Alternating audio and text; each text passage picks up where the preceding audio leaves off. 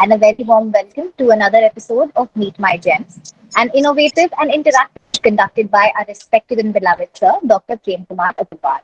Sir, who himself was an aspirant of West Bengal Judicial Service Examination in the year 1999 and secured a top rank in the examination, has chosen the noble profession of teaching as his passion for teaching guided him to resign from the judicial service and join the noble cause.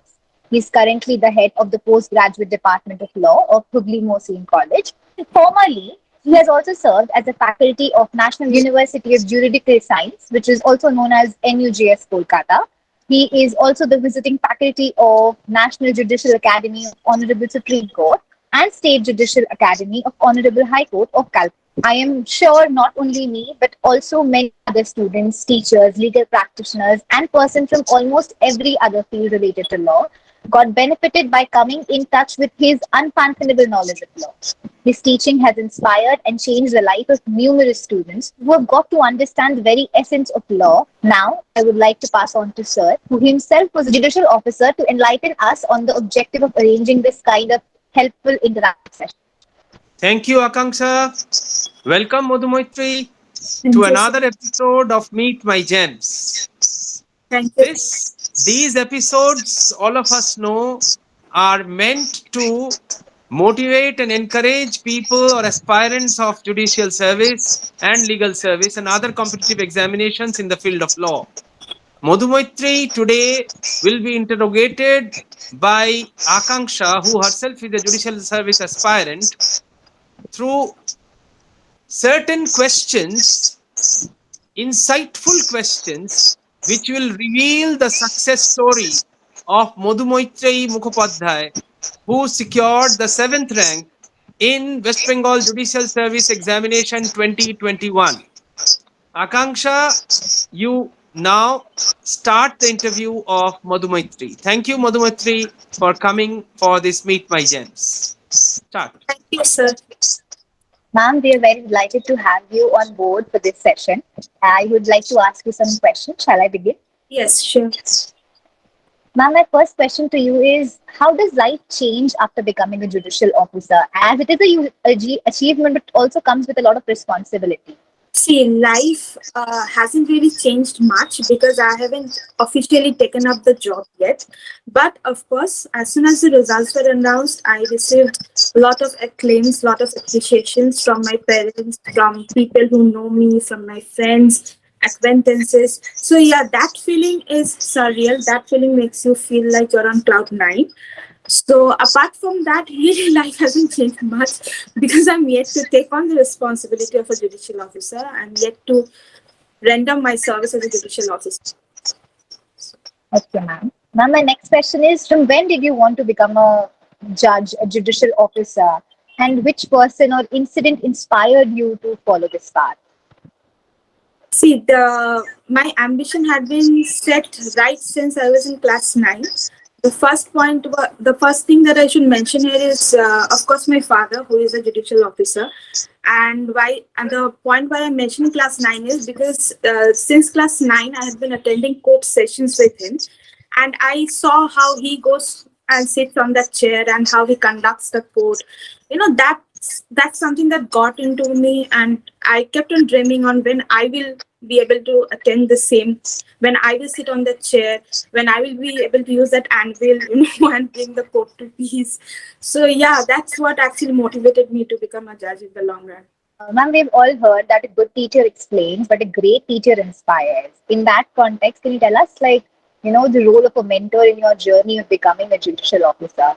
Yes, the role of a mentor is very, very significant in your life because no matter how much you dream, how much you keep aiming for your goals, there must be someone who not only just guides you for the particular subject, but also is a constant support, keeps you inspiring throughout the session. So for this, I would first of all, obviously, my parents come into the show. My parents always kept on backing me up that you can do it. I also received immense help from my sister. And then, of course, the most amazing person who helped me to achieve it was, of course, our Honorable Sir, Dr. Prem Kumar Agarwal, who kept me on track. like because there were certain low points where I felt like I can't do it, I should just give up. And specifically this time, since the number of seats were really very, very low, I hardly, I mean, I didn't. I was in doubt whether I should actually sit for the test, whether I should actually take my chances. But then sir kept on inspiring me. Sir said that you can do it. He actually gave me that belief where you know that you can achieve anything if you believe in yourself. So yeah, this mentors actually helped me a lot.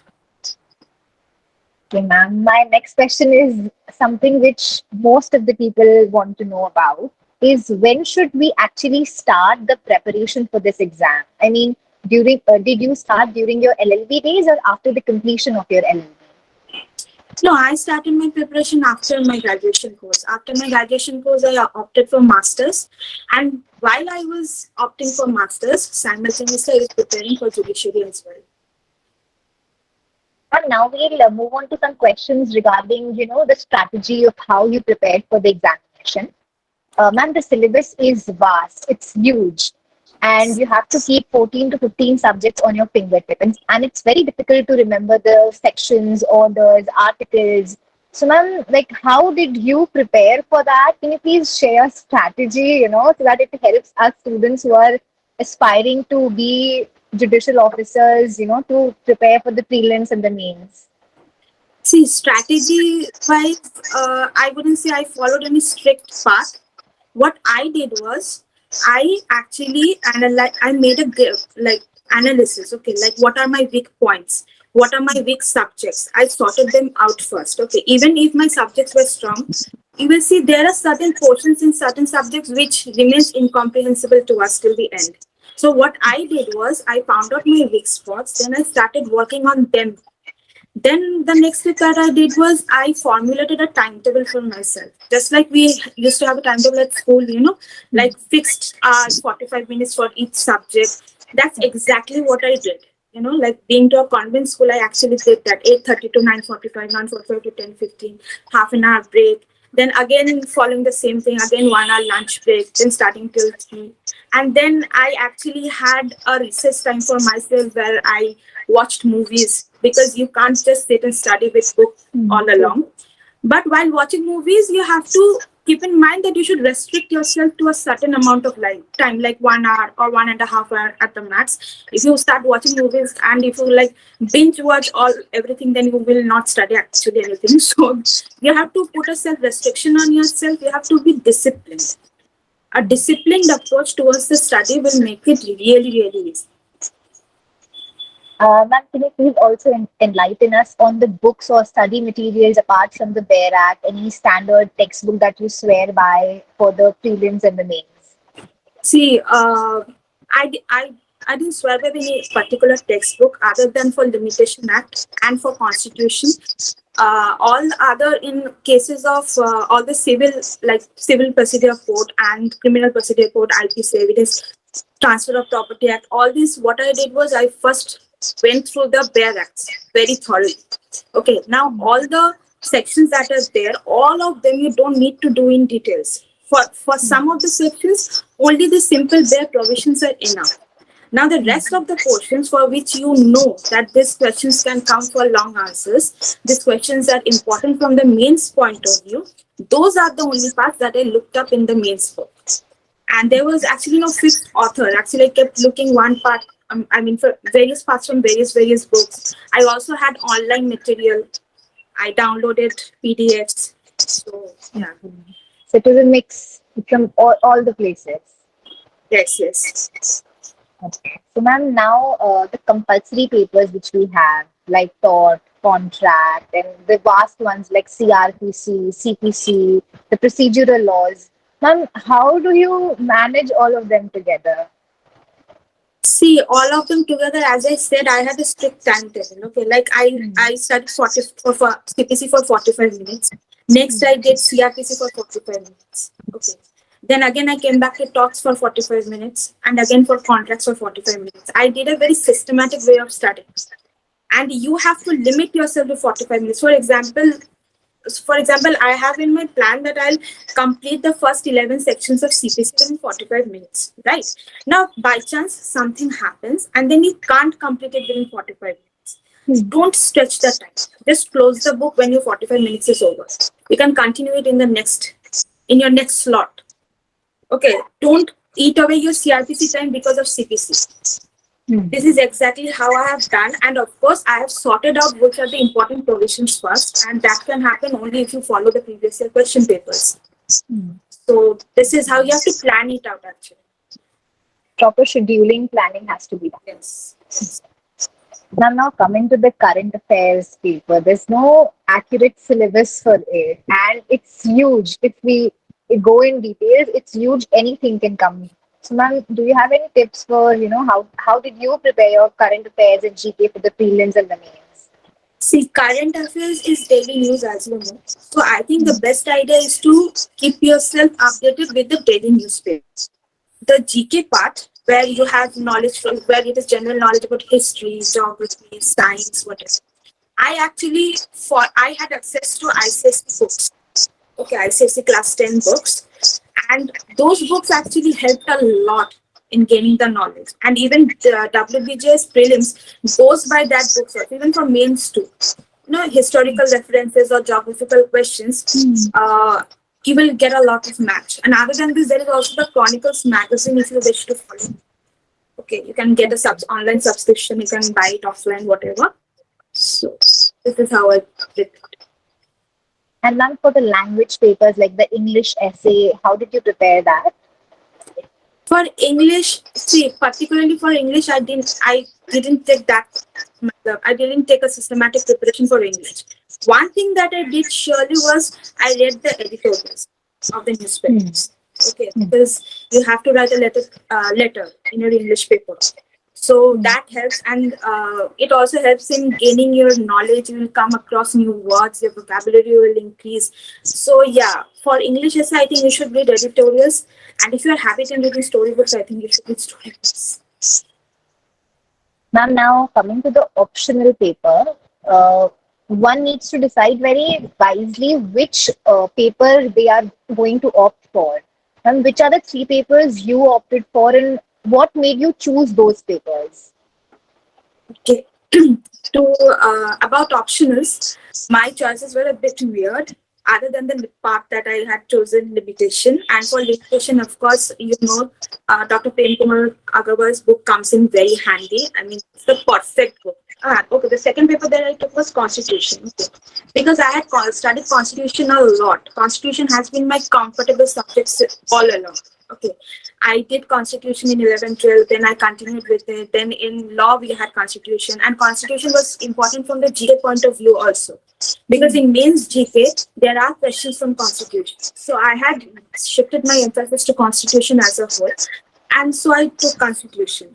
In the last paper, the optional that I took was Jurisprudence, which is a very, you can say, a very out of the box choice. But for me, since I said I was opting for LLM, right, I was already studying the subject. It was already there. So that's why I thought, why not this subject? While choosing optional, you actually keep in mind factors like how to score more, because those are your papers. Those are the papers you're taking by choice to score, right? So, in contrast to everyone else who usually opts for Hindu law, partnership, Mohammedan law, I went for this subject because at that moment, I was very at home with this subject. Jurisprudence was not new to me. I was anyway studying Constitution. Just I had to study it at a deeper level, and limitation was already there. So that's why I made this choice. I was comfortable with the subject, and that would mattered at the end.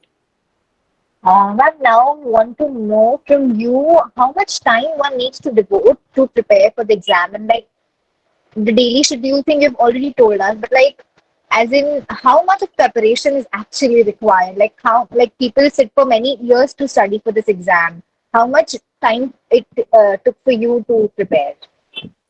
See, I didn't take much time actually. It was for me it was just a matter of few months. Okay, it actually just depends on your determination, on your sincerity. on your tenacity. There is no point in sitting with a book open 24 hours a day if you actually don't study anything, right?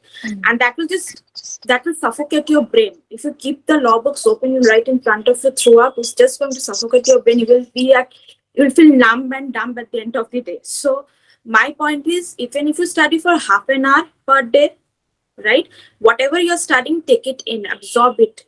You have to understand the concept. Don't try, learning it. Don't try mugging it up. Like, don't try don't try to produce the answers exactly as you learn. You should understand it first, so that at the examination hall you can produce it with your own words. Okay, so there is no fixed time. Time, of course, differs from individual to individual. But I think at the end of the day, you can say 8 to 9 hours max certainly, because more than that, it's just going to clog your brain. Nothing more than that. Ma'am, did you prepare original notes or practice answer writing? Like, how much is it important, to practice writing answers? See, writing answers you can write, but from my experience, I can tell, because I had prepared certain answers.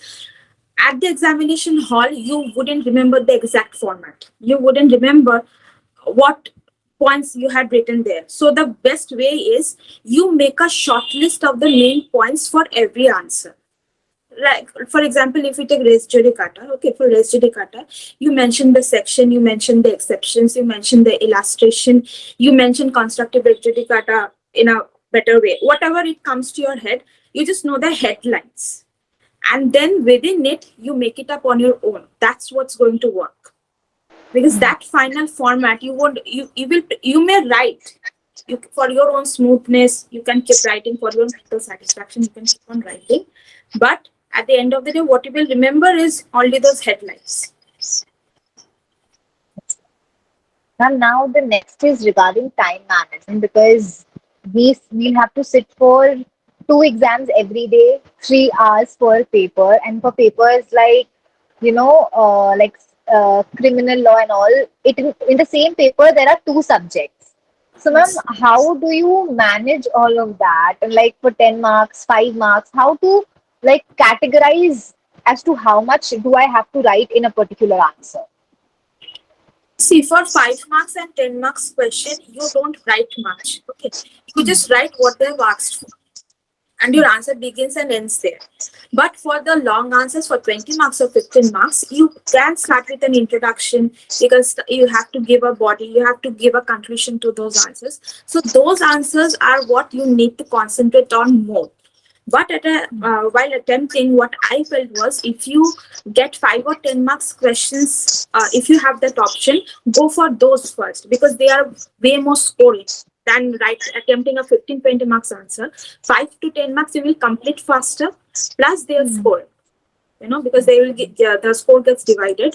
It's way more scoring. Ma'am, also the 3 hours thing, like writing 2 papers simultaneously, does it get very hectic? Honestly, the first day was terrible for me. After 3 hours English, when I had to go back to write 3 hours Bengali, I was almost on the verge of crying. But that's what I said. You have to keep in your mind you are in a way better condition.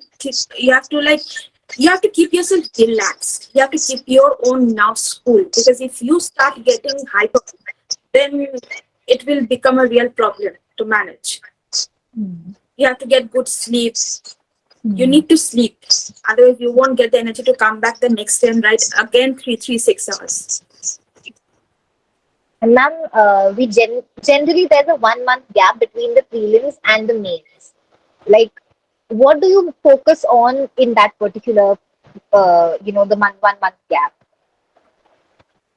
See, after the prelims, after having cracked the prelims, or you have a guess also that you may crack the prelims this time if your results are not declared, you know where you stand exactly, which subject needs more attention. So as I said, the subject that needs more attention, you should attend to that first. Because subjects which are easy for you, you can even do it at a later hour. First, sit down with the subjects, and again, I don't think between prelims and mains you should sit and study something new, because that's the time only for revision. You just need to sit and revise in a cool manner. That's it. And that is the time maybe you can, close your books and keep writing those answers, so that you know that you are writing the correct answer or not. Then you cross check yourself whether you have written it correctly or not. This is how you prepare with it. That time, during that period, don't take anything new in your brain. Ma'am, now I would like to ask some questions relating to the interview. How to overcome the fear of speaking in an interview and the nervousness of facing an interview board, where so high profile people are sitting. Like, just how to just keep yourself calm when you're sitting and giving the interview. I remember from my personal experience, I was very, very anxious. Okay, so at that time, it was against SARS. Dr. Prem Kumar Agarwal, who actually calmed me down. He said they are not going to ask you anything, because giving a written examination is different. But if the learned judges ask you oral questions, that's entirely a different story. So what Sir said me, that it's not going to be your knowledge test; it's just going to be a personality test, and that is what exactly happened this time actually, because we all of us were there just for 10 to 15 minutes. So within 10 to 15 minutes, you can realize that they hardly asked us any questions. Specifically, they did not ask any legal question.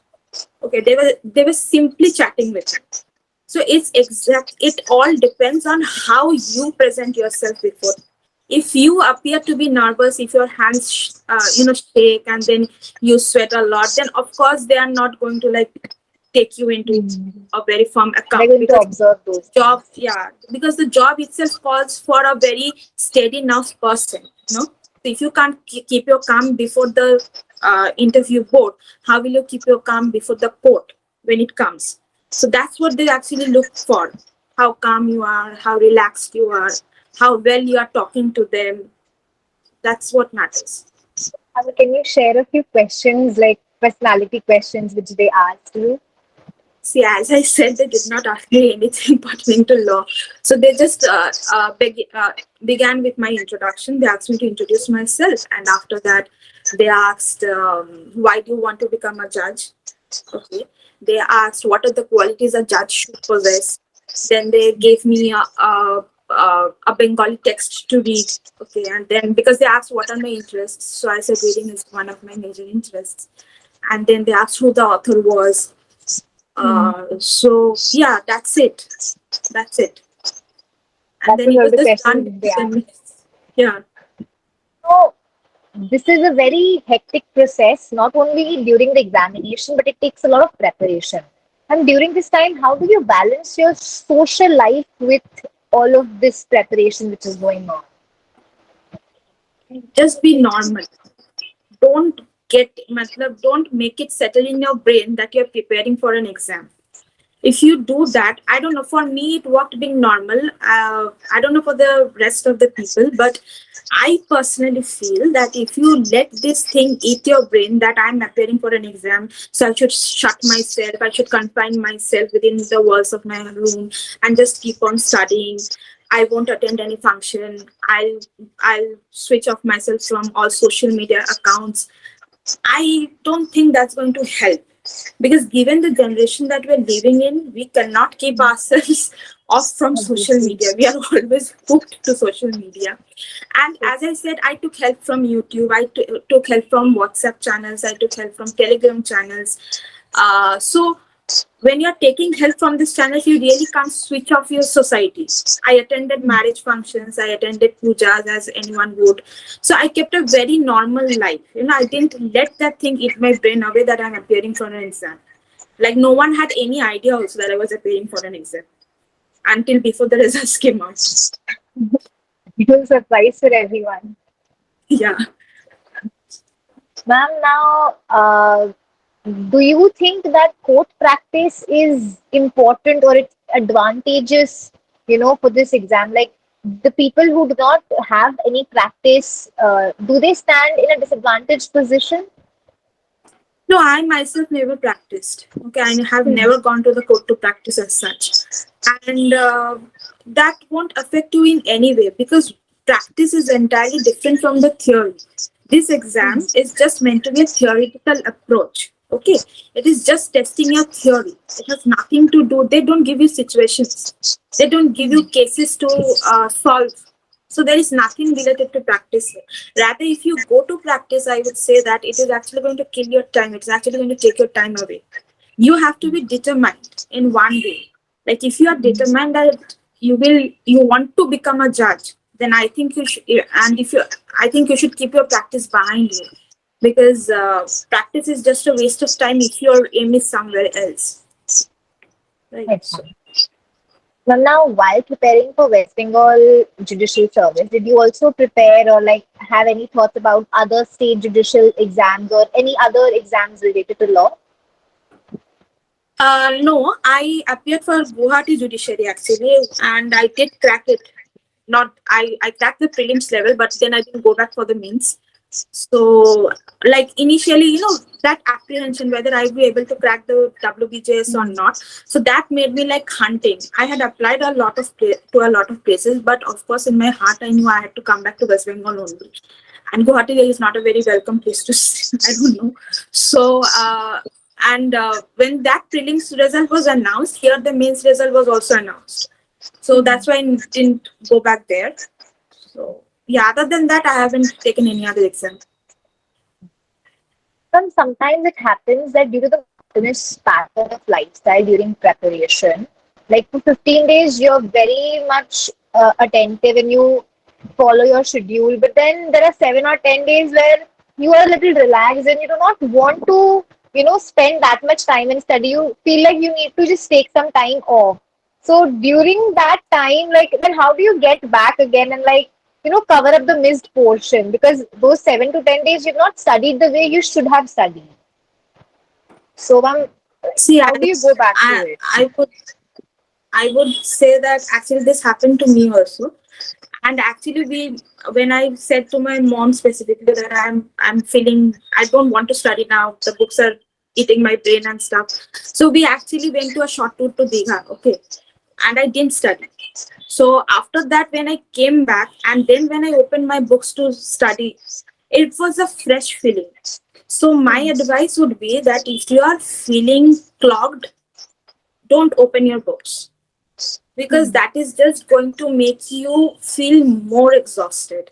And if you feel the more exhausted you feel, the more drained out you will be, and you won't be able to concentrate on anything. So if you feel like you need relaxing, relax. That's my personal journey, so I'm saying this. But yeah, I mean, this worked out fine for me. And then there are many times when you feel low and you feel like, yeah, I don't think I'll be able to crack this exam. Like, because there's so much to study. And then also there are like this time that, as you said, there were so few vacancies. You feel like, yeah, maybe I won't be able to crack it. So like, how do you keep yourself motivated during those times? Self motivation. You have to keep motivating yourself. And the most important factor is you have to keep the focus undistracted. You cannot distract yourself for 1 second. No matter what you do, no matter wherever you are, maybe you are in your relaxing phase, maybe you are in a low phase, you have to keep reminding yourself that no matter how long this low phase lasts, I'll come back, I'll study hard, and I'll get that one sit that I need to get. Right? So you have to self motivate, and then, of course, you can also call Sir. Actually, he helps a lot in motivating. At the end of the day, if you have someone as good a mentor as him who keeps the positivity on within you, that's something you love. That's very rare, to get I someone like agree. that. I agree totally. And now, to lighten up the mood, I would like to proceed with a quick rapid fire. I'll give you two options. You tell me which one do you like, you go for more, like civil or criminal, Criminal. smart work or hard work, Smart one. book or handwritten notes, Handwritten notes. physical classes or online classes, Physical classes. seminars or webinars, Seminars. School or college? School. Age-old customs or modern trends? Customs with a bit of modernity in it. Nice answer. Constitutional practice or crime trials? Constitutional practice. Physical court hearing or online or virtual court hearings? Physical court hearing. Service or practice? Service, of course. Ma'am, now my concluding question to you will be anything you would like to share with us, judicial, the people who are still aspiring to be judicial officers. Any tips for us? Any tips? The two factors that will keep you going is your determination and your sincerity. That's the two things that will keep you going. You have to be determined, you have to be adamant, you have to be headstrong that I need the job. I have to. You cannot have second thoughts about it. Don't keep an alternative open in your mind, like, okay, let me take a trial. If this does not happen, I'll go to the other field. All this is not, that feeling won't help you much. So what will help you is just one directional focus. I'm going to do this, and for that you have to be sincere to yourself. That's all I can say. Thank you so much, ma'am, for giving us such a detailed discussion. I'm sure this insight will help a lot of aspirants. And now I would like to ask Sir to say a few words. Hey, so it was one of the most interesting episodes of Meet My Gems. Am I audible? Yes, sir. Yes, You're sir. audible. So I was listening meticulously to the whole conversation between a successful aspirant and a aspirant for judicial service. It was very nice. In fact, some of the insightful questions were very interesting, and the answers were equally interesting. So I can of course say that Akanksha did bring out the story of success from Madhumistry. Very nice. So I am sure that this conversation, this questions, the answers which were given by Madhumistry to the insightful questions by Akanksha will definitely help the aspirants. And thank you, Madhumistry, for being so candid and frank in your discourse throughout the interview. And thank you, Akanksha, for your very nice and insightful questions. Thank you. Thank you so much. Thank you. Thanks to Thank you, both of you. sir. Thank you. All the best, Madhumistry, for your life as a judge in future. Thank you. And all the Thank you best, so much. Akanksha, also. Thank you. Thank you Thank so you. much. Thank you so much.